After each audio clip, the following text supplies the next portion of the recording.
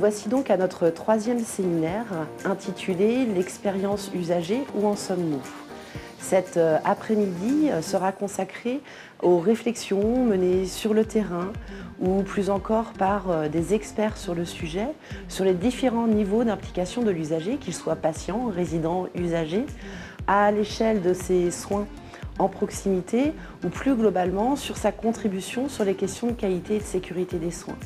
Cet après-midi, riche en échanges, nous donnera l'ambition de répondre à ces quelques questions, du patient informé au patient coacteur. Où en sommes-nous aujourd'hui en France ?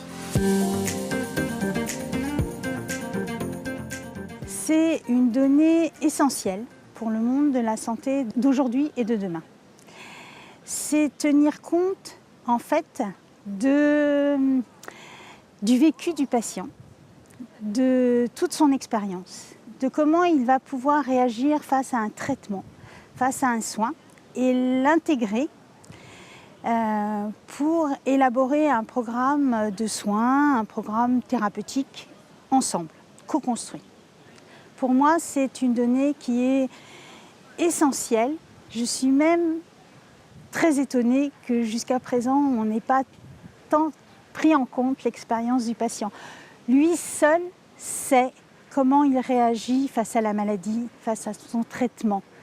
Tous les médecins, tous les professionnels de santé ne peuvent avoir que des interprétations. Le malade est unique et lui seul pourra dire ce qui se passe vraiment. C'est important parce que face à différents soins, comme justement le patient est unique, il va y avoir des réactions qui vont être différentes en fonction de l'âge, de la pathologie, du vécu, de l'encadrement social du patient, on va dire. Et justement, si on ne tient pas compte en fait de cette expertise du patient, on risque de passer à côté de données qui vont fausser justement le traitement. Quand on parle de patient, on se dit que cherche le patient. Le patient cherche la santé. Et donc, qu'est-ce que c'est que la santé ? Et la santé, en fait, c'est un droit. Et non, c'est un droit à la protection de la santé et pas un droit à la santé. Mais il y a eu un glissement sémantique. C'est devenu un droit à la santé. L'empowerment des patients, c'est comment, d'une fragilité individuelle, un patient arrive à rencontrer d'autres pairs et à construire une force collective.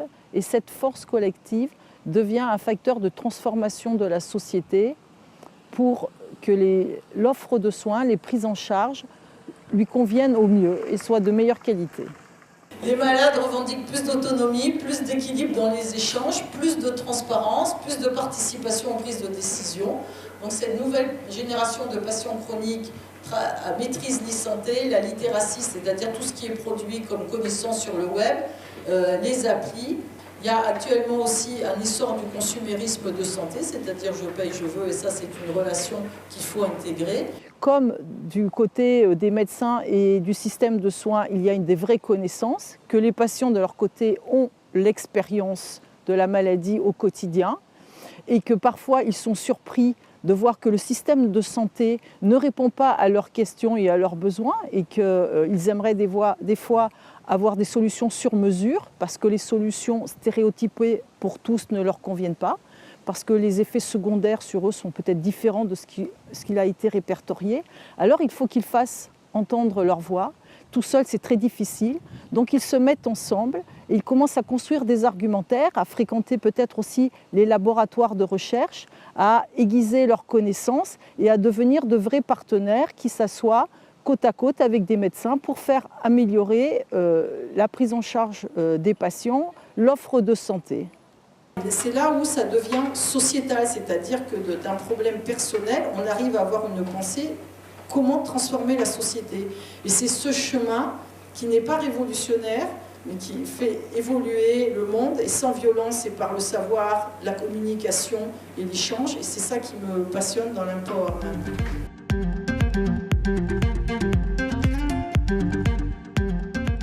Aujourd'hui, je viens vous parler d'un projet, d'une collaboration entre usagers et professionnels au sein de l'établissement pour mettre en scène un outil qu'on appelle le faire dire. Alors, l'outil faire dire, pour moi, c'est tout simplement un outil qui nous a permis au travers de ce qu'on a construit avec le CHD, d'arriver à faire comprendre aux personnes qu'on interviewait dans le hall du CHD s'ils comprenaient exactement ce que les médecins leur préconisaient comme traitement et à la fois les explications qu'ils leur donnaient sur leur maladie. Pour construire ce projet, en commission des usagers, on a l'équipe du CHD qui nous a fait une proposition de façon à créer une animation au sein donc, du hall du CHD. On nous a soumis un projet concernant donc cet outil Faire Dire par l'intermédiaire de cartes sur lequel il y avait un traitement qui était prévu pour une maladie et en même temps était préparée une autre carte de relecture, de proposition de reformulation au cas où la personne n'aurait pas compris exactement de quoi il était question. Alors bonjour. Bonjour. Je viens vers vous pour vous parler de votre fils. Il a été admis à l'hôpital pour AVP. Bon, il va bien, on lui a posé un plâtre cruropédieux. Il va sortir avec des antalgiques, AINS, antithrombotiques et une ITT de 15 jours. J'ai rien compris à ce que vous m'avez raconté. On s'est aperçu que même sur certaines reformulations, c'était encore un peu complexe. Donc là, on a rediscuté et ces reformulations ont été refaites. Donc on a vraiment été associés complètement à l'animation de cette journée. On s'est aperçu qu'effectivement, un certain nombre de personnes qui étaient dans les maladies qu'ils venaient de tirer au sort, ils comprenaient parfaitement ce qui était proposé, le traitement proposé. Par contre, si ce n'était pas du tout leur maladie, là, il fallait aller dans la reformulation et même parfois, notre binôme CHD était obligé de compléter l'information. Un exemple assez drôle, même un médecin à la retraite n'avait pas compris les cartes et n'avait pas compris les traitements proposés. Il faudrait arriver à faire des formations de façon à tout le monde, aussi bien, je dirais, aux médecins internes ou même aux infirmières à l'IFSI, de façon à justement leur apprendre un petit peu à avoir un langage un peu plus clair vis-à-vis des patients. Et à nous, au niveau des représentants des usagers, on souhaiterait participer à cette expérience et faire partie de tout ça. Après cette semaine sécurité des patients, on a proposé de poursuivre en élaborant un glossaire pour envisager des ateliers de simulation ou en tout cas autour de vidéos à destination des étudiants. Et à terme, ce serait un déploiement beaucoup plus large auprès de tous les professionnels de santé. Et dernièrement, le président de CME disait que ce serait intéressant d'utiliser cet outil à la sortie du patient.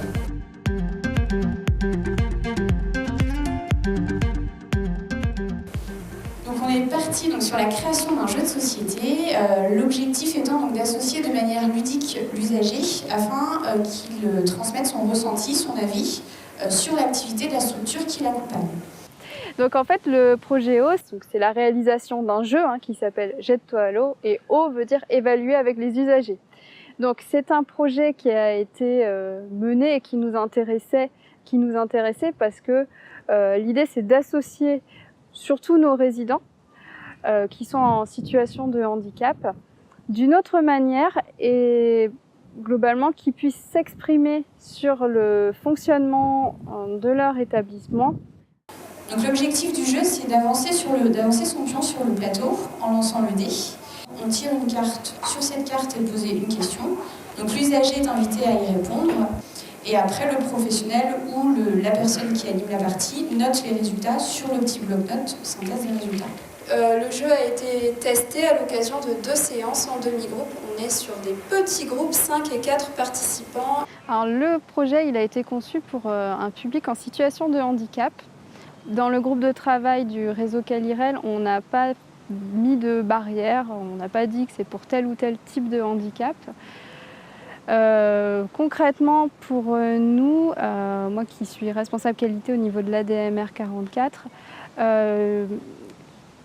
c'est plutôt un jeu qui sera destiné à des personnes qui ont un handicap et qui ont une déficience intellectuelle avec des troubles associés.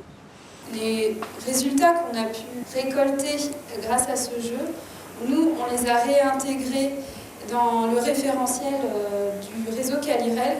L'objectif étant pour nous de diffuser le jeu sur le premier trimestre 2019.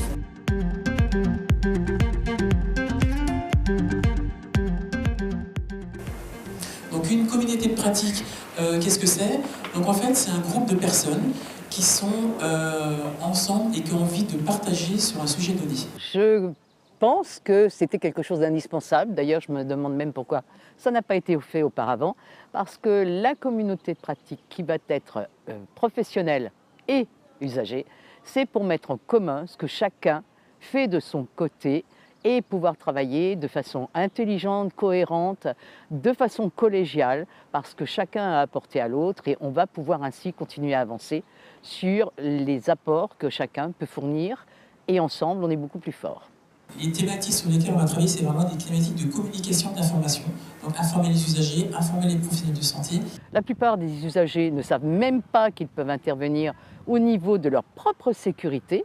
Et la qualité, pour eux, ça ne représente pas quelque chose de forcément très précis. Alors là, on leur explique bien qu'ils peuvent interagir sur leur propre sécurité en apportant les informations nécessaires à tous les professionnels avec qui ils vont être en lien. Et de cette façon, les professionnels ont aussi un échange avec les usagers de façon à répondre à leurs besoins.